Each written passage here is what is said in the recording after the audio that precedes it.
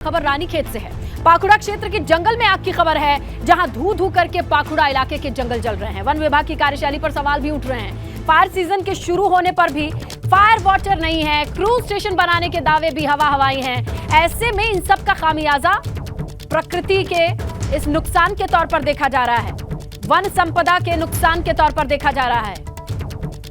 One विभाग की कार्यशैली पर सवाल उठ रहे हैं। फायर सीजन शुरू होने पर भी फायर वॉचर नहीं, क्रूज स्टेशन बनाने का जो दावा हुआ था वो जमीन पर दिखाई नहीं दे रहा है। और कुल मिलाकर के रानीखेत के पाखुड़ा क्षेत्र के जंगलों की आग आपके सामने है। तो ये देखिए, ये रानीखेत में पाखुड़ा के जंगल है। एक्सक्लूसिव तस्वीरें एबीपी गंगा की स्क्रीन पर, अंदाजा लगाइए दिन रात ये जंगल जलते हुए नजर आ रहे हैं। ज्यादा जानकारी के लिए रुक करेंगे हमारे सहयोगी गोपाल बिष्ट इस वक्त फोन लाइन पर मौजूद हैं। गोपाल, बताएं कब से लगी है आग और अभी ताजा हालात क्या हैं? जी नहीं, मैं बताना चाहूंगा, कल शाम की ये बात है। कल करीबन 3-3:30 बजे से आग लगी हुई थी, जो रात भर आग लगी थी। इसमें रात को क्षेत्रीय ग्रामीण ने आग बुझाने की बड़ी कोशिश की, लेकिन रात 11:30 बजे तक फायर ब्रिगेड की गाड़ी आ पाई। उसके बाद इस आग पे काबू पाया गया। तो अब आग पर काबू पाया गया, लेकिन जो फायर वॉचर और वो तमाम चीजें बनाने का दावा किया गया था वो हवा हवाई साबित होता हुआ दिखाई दे रहा है। शुक्रिया तमाम जानकारी के लिए। उत्तराखंड में चारधाम की 22 अप्रैल से शुरुआत होने जा रही है और माना यह जा रहा है कि इस बार चारधाम यात्रा में रिकॉर्ड तोड़ श्रद्धालु पहुंच सकते हैं, क्योंकि 21 फरवरी से अब तक 2 लाख से ज्यादा श्रद्धालुओं ने ऑनलाइन रजिस्ट्रेशन करा लिया है।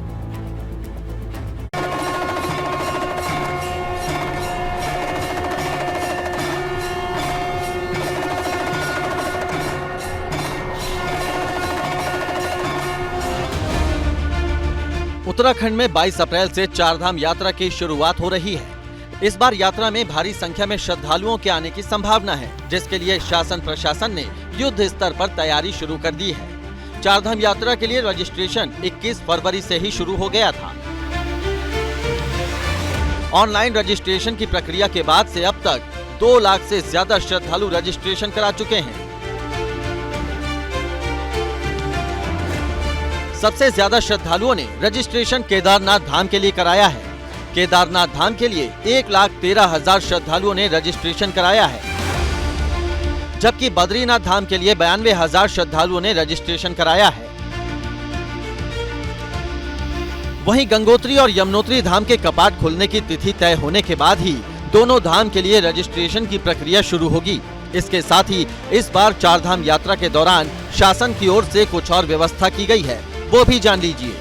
पैदल यात्रियों की सुविधा के लिए घोड़े और खच्चरों का ग्रुप बनाकर संचालन होगा। इसकी मॉनिटरिंग के लिए सीसीटीवी कैमरे लगाए जाएंगे। 10-10 मिनट के अंतराल पर घोड़े खच्चरों का ग्रुप भेजा जाएगा। पहले चरण में सिर्फ 4,000 घोड़े खच्चर ही संचालित होंगे। चारधाम यात्रा शुरू होने में करीब 1 महीने का वक्त ही बाकी है। ऐसे में उत्तरकाशी पुलिस की भी खास तैयारी है। गंगोत्री नेशनल हाईवे पर तेखला से लेकर ज्ञानसू तक सूचना बोर्ड लगे हैं। नो पार्किंग के साइन बोर्ड भी लगाए गए हैं। भटवाड़ी टैक्सी स्टैंड से संस्कृत महाविद्यालय तक नो पार्किंग जोन घोषित किया गया है। 27 अप्रैल को बद्रीनाथ धाम के कपाट खुल रहे हैं, लेकिन जोशीमठ बड़ी चिंता का सबब बना हुआ है। जमीन धंसने से बद्रीनाथ हाईवे प्रभावित हुआ है। इसी के मद्देनजर पुलिस ने यातायात के लिए एक प्लान तैयार किया है। पुलिस का प्लान है कि जोशीमठ से करीब 3 किलोमीटर पहले हेलंग से वन वे करके गाड़ियों को भेजा जाएगा, जिससे शहर में एक बड़ी संख्या में वाहन इकट्ठा ना हो।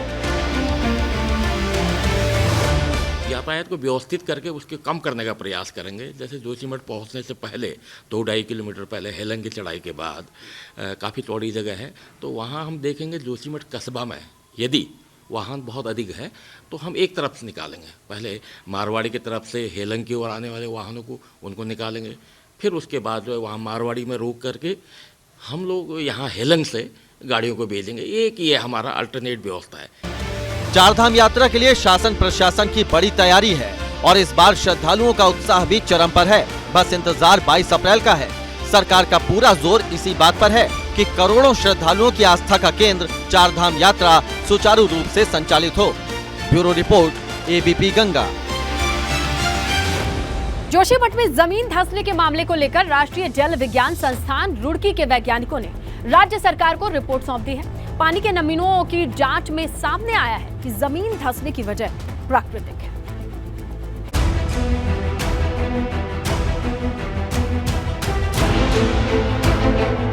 जोशीमठ आपदा के प्रभावितों को विस्थापित करने के लिए पुनर्वास का काम तेजी से जारी है। प्रभावितों के लिए मुआवजा भी घोषित हो गया है, लेकिन सबसे बड़ा सवाल अब भी यही बना हुआ है कि आखिर क्या वजह है कि जोशीमठ में जमीन धंस रही है, सड़कें फट रही हैं और घरों में मोटी मोटी दरारें पड़ रही हैं। इसी वजह को तलाशने के लिए भूगर्भ वैज्ञानिकों के अलावा अलग अलग संस्थानों के विशेषज्ञ जांच में जुट गए। अब रुड़की के राष्ट्रीय जल विज्ञान संस्थान के एक वैज्ञानिक मनोहर अरोड़ा ने दावा किया है कि जोशीमठ में धंस रही जमीन के पीछे प्राकृतिक कारण सामने आ रहे हैं। हमारे संस्थान का सवाल है तो हमारे संस्थान से टीम गई थी, उन्होंने वाटर के सैंपल लिए थे और उन्होंने अपनी रिपोर्ट दे दी है। तो उसमें तो उसके बाद अभी तो वो रिपोर्ट, क्योंकि स्टेट गवर्नमेंट पे हम उस पर ज़्यादा कमेंट नहीं कर पाएंगे, लेकिन जो कारण है वो अभी तक तो प्राकृतिक कारण दिख रहे हैं।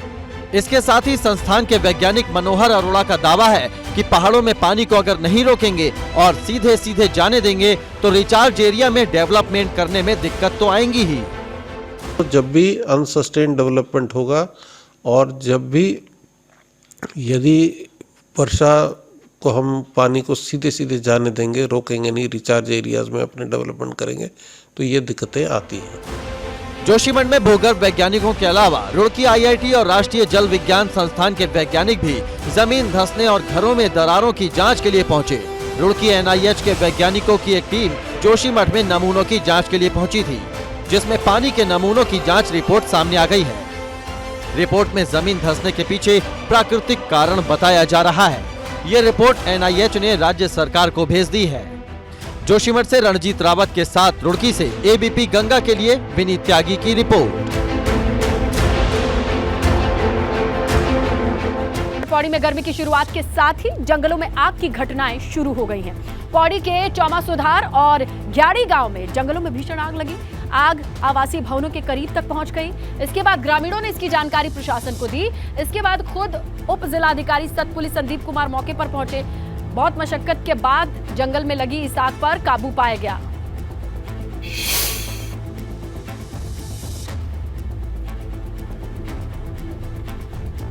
फॉरेस्ट फायर का इंसिडेंट हुआ है, तभी तुरंत हमने रेवेन्यू टीम को तथा जो हमारी FRO हैं फॉरेस्ट डिपार्टमेंट तथा जो हमारी टोटल IRS टीम है उसको एक्टिवेट किया गया।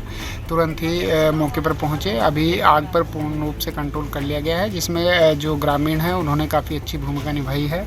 इसके साथ ही मैं अपनी समस्त क्षेत्रीय जनता से आग्रह करता हूं कि अगर कोई भी व्यक्ति आपको आग लगाते हुए दिखता है या पाया जाता है तो तुरंत उसकी सूचना तहसील मुख्यालय या जिला मुख्यालय या अपने क्षेत्रीय पटवारी को अवश्य दें, ताकि उसके खिलाफ कानूनी कार्रवाई अमल में लाई जा सके।